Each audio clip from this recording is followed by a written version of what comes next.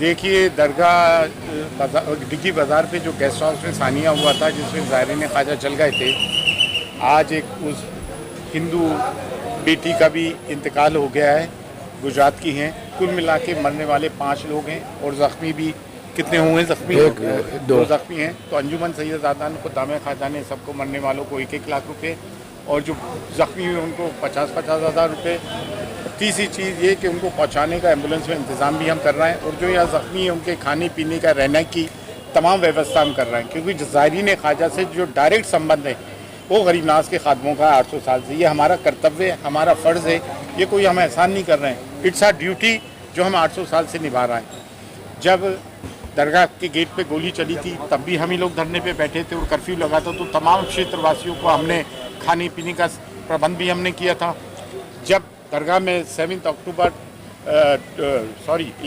2007 को bomb blast हुआ, 3 लोग मरे थे, उसमें मरने वाला एक खादिम था, उनका भी मुआवजा हमने दिया, ज़ख्मियों का इलाज करवाया, केस भी FIR भी हमने की और आज तक उस केस में हम सुप्रीम कोर्ट में लगे हुए हैं। और अभी जो ये लोग घायल हुए, ज़ख्मी हुए, फौत हुए, मरे, उनकी मृत्यु हुई, उसमें भी खादिम ख्वाजा, खादिम समाज लगा हुआ है और ये हमारा कर्तव्य है जिसको हम निभा रहे हैं।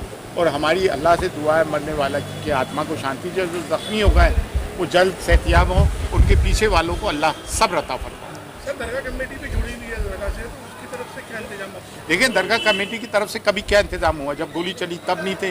जब बॉम्ब ब्लास्ट हुआ, AR अंतुले उस वक्त माइनॉरिटी मिनिस्टर थे, उन्होंने कोई बयान तक नहीं दिया, आगे खड़े नहीं हुए, FIR लॉन्च नहीं करी, पैसे नहीं दिए, कुछ नहीं, वो सब हमने किया। अभी भी मामला क्लेम तो ये बहुत करते हैं कि एंडोमेंट हमारा, उनके लिए दरगाह एक बिल्डिंग है, हमारे लिए गरीब नवाज का आस्थाना एक मरकज़ है रूहानियत का, जिसके हम खाली में वफादार हैं 800 साल। जब पार्टीशन हुआ था उस वक्त भी ये लोग भाग गए थे, दरगाह कमेटी डिजॉल्व हो गई थी, इंक्वायरी कमीशन आया, उसके बाद 1955 एक्ट आया। तो वक्फ कमेटी हो, हज कमेटी हो, दरगाह कमेटी हो, इसके अंदर तमाम सरकारी मुसलमान हो, इनका कोई व्यवस्था से, हालांकि जिम्मेदारी इनकी भी थी, लेकिन इनका कोई रोल कभी भी नहीं रहा। आज की बात मैं गांव में भावनगर में रहता हूँ, गुजरात में। मेरे बच्ची, दामाद और पूरा परिवार घूमने के लिए आए थे, फिर वापिस आ गए थे, फिर वापिस चले गए। सुबह का माहौल था, होटल में नाज होटल में रुका हुआ था, नाजुल होटल में रुका तो सुबह आग लगी।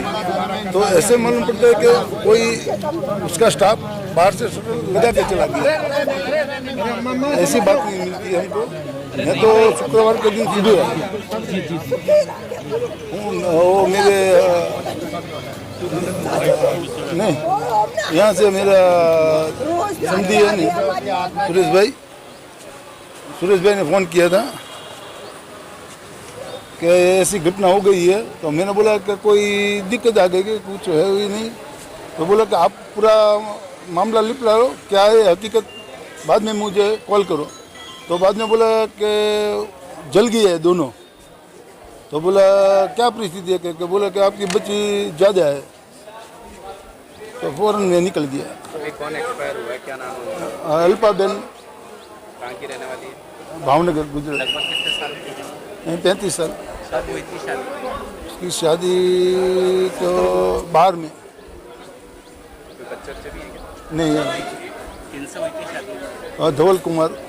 धवल कुमार जी की? हाँ, अभी तो उसकी गंभीर है, एकदम से मालूम नहीं। ठीक, आपका नाम?